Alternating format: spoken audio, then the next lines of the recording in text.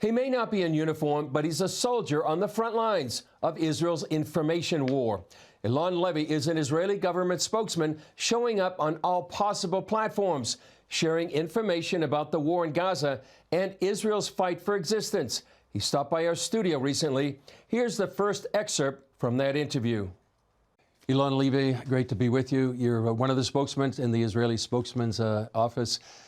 You just started right after the war. Tell us about your experience. Here we are, more than 100 days. What has it been like for you on the front lines of the information battle?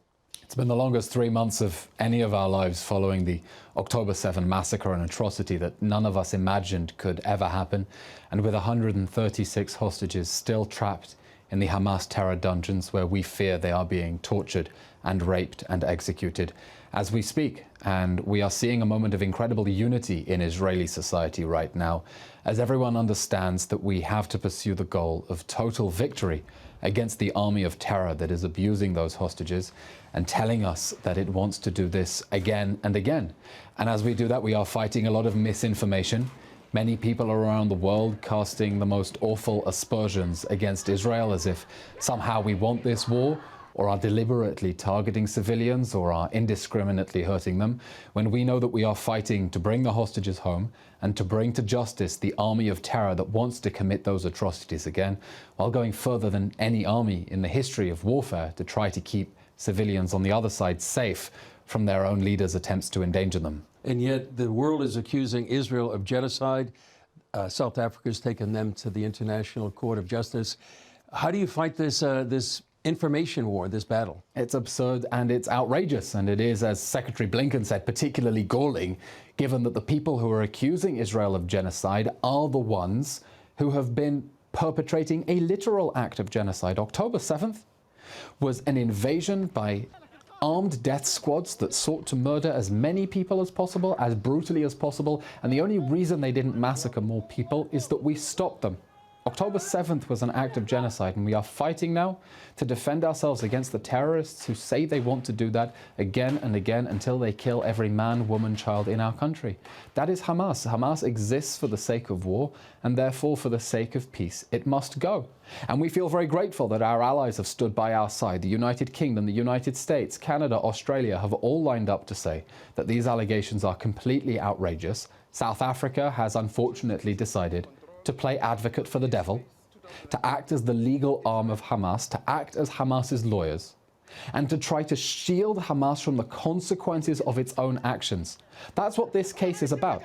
To try to get a court injunction to force Israel to abandon the hostages in the Hamas terror tunnels and keep Hamas on its feet so it can continue planning more acts of genocide like it did on October 7th. And this battle is it's going on in Gaza, but also it's going on in cities around the world like London, Sydney. You were in Trafalgar Square the other day. What was your message to the crowd? Our message to the crowd is that we fight not because we want to, but because we must. Because Israel was the victim not only of the bloodiest massacre of Jews since the Holocaust on October 7th, it was the victim of an armed invasion. An armed invasion across our border by air, land and sea, by terrorists hunting people down to kill. We didn't want this war, we didn't start this war, we didn't expect this war, but we have a right to win this war.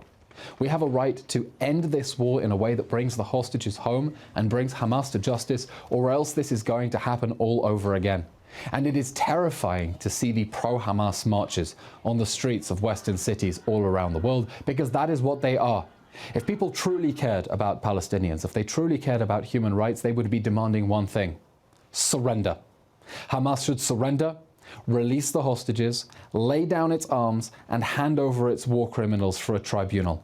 But when they march, calling for a ceasefire that leaves the hostages in the Hamas terror dungeons and Hamas in power, they are marching to save Hamas's skin and to leave it free to plan and perpetrate more October 7th massacres as they happen. And we hope that people around the world see and understand what is happening on their streets and on their campuses, and that this is a threat not only to us here in Israel, but also a threat to the United States and a threat to democracies and freedom around the world. Coming up, more from Israeli government spokesman Eylon Levy about the hostages still in Gaza and the threat from Hezbollah in the north.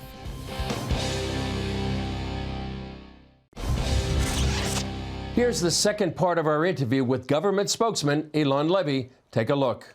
You have a necklace around you about the hostages. It says bring them home. And now, a lot of people in Israel know what that is. Maybe people around the world don't know it, but talk about the hostages. This has become a symbol of the struggle for the hostages. It says in English, bring them home now, and in Hebrew, Halev shelanu shavui be'aza. Our hearts are captive in Gaza. And we're encouraging all people to wear these hostage dog tags to start a conversation. And people ask, what's that funky jewelry you're wearing? And you use it as an opportunity to talk about the 253 men, women and children who were abducted from their beds on October 7th, dragged into the Hamas terror dungeons, some with life-changing injuries, limbs blown off, gunshot wounds to the hands, a third of whom have chronic conditions, who have been held incommunicado, without access to the Red Cross, without medications, without any proof of life to their families. Yeah.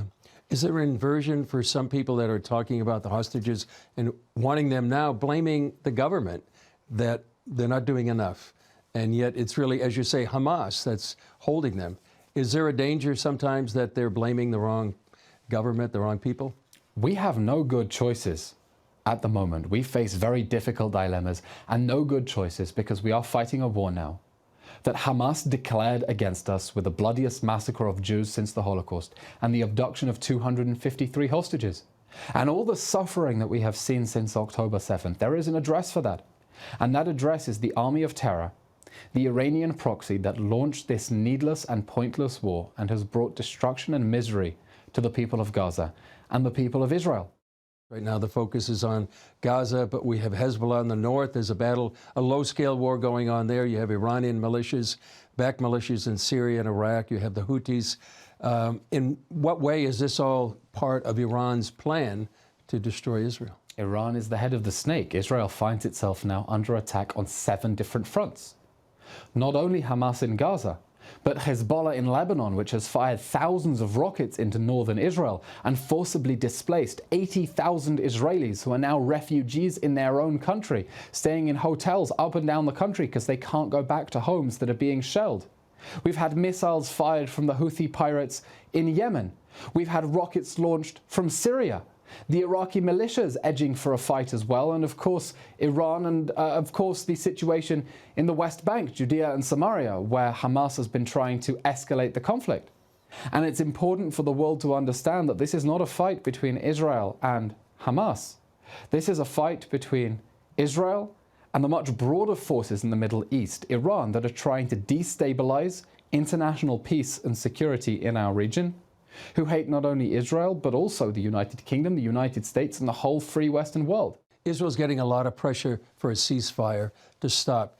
Is Israel government committed to victory, total victory in the Gaza Strip to eliminate Hamas while attempting to get the hostages free? Israel is committed to total victory over Hamas and bringing the hostages out, and we know that knowing that our allies stand by our side. The United States has been clear from day one that if this happened to the United States, the response would be swift, decisive, and overwhelming. It has given us munitions and diplomatic support and moral support, and even the European Union. The European Parliament voted last week to say no permanent ceasefire until Hamas is dismantled and the hostages are returned. The European Parliament voted in full identification with Israel's war aims. The European Parliament voted for total Israeli victory because it understands that Hamas is going to continue waging war and terror attacks unless it is stopped, and Israel is going to have to stop it. So we're going towards total victory, knowing criticism, sure, including from allies, but they all understand exactly why Israel is fighting, and the free world still wants Israel to win this war. Eylon Levy, great to be with you. Thank you very much.